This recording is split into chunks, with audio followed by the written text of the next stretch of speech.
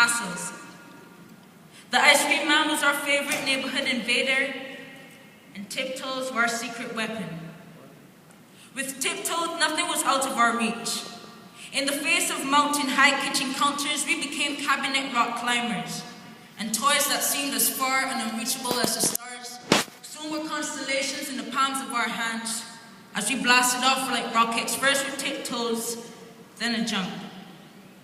And maybe it was a couple jumps if we didn't calculate the distance between fingertips and desired object correctly, and maybe a couple jumps if we didn't get a good run up.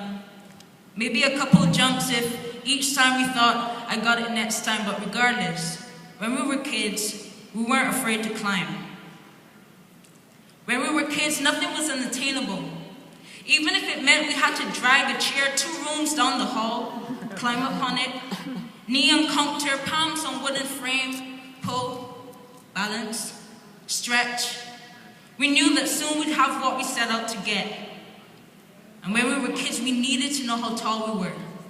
3 feet, 4 inches, 4 feet, 10 inches. Even if we didn't know what feet and inches were, we knew that we'd hear a lot of, you're getting so much bigger, the greater the number. And it felt good to be big. When you're big, mom and dad let you carry 2 grocery bags, not just 1. And the greater the number, you were allowed to brush your teeth on your own, use a glass instead of a cup. When those numbers got bigger, everyone could see that you were growing up, and we had height charts to prove it. On January 1st, 1999, we were 4 feet 6 inches. On January 1st, 2001, we were 5 feet 6 inches. That's 1 inch in 2 years, and with that realization, the growing pains were almost enjoyable. Because even though our joints hurt, it was always a victory to line our shoulders up to our friends. See, they were better at mathematics, but we were taller, so we were winning.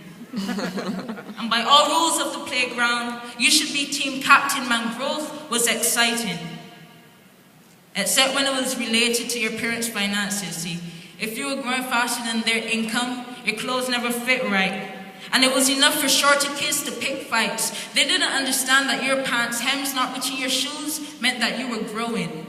They were just sure to point out that your ankles were showing. So when we weren't quite kids anymore, growing became more and more uncomfortable.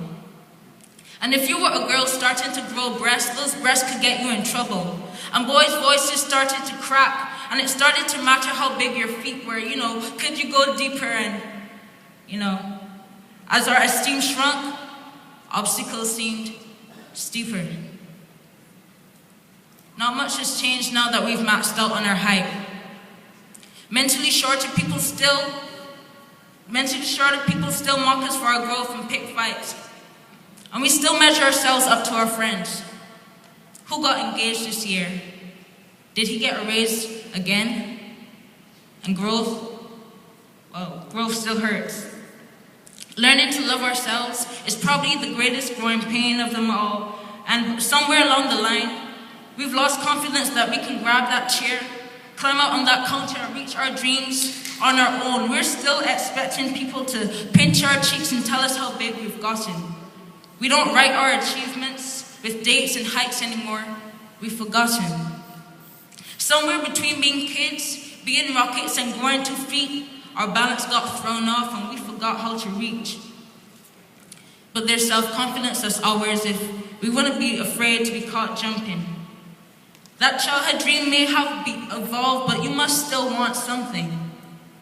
So maybe you're old enough to get on your favorite theme park ride, but you're never too old to tiptoe. Because no matter how tall you are, growing up on your toes will always help you go. So tiptoe. Thank you.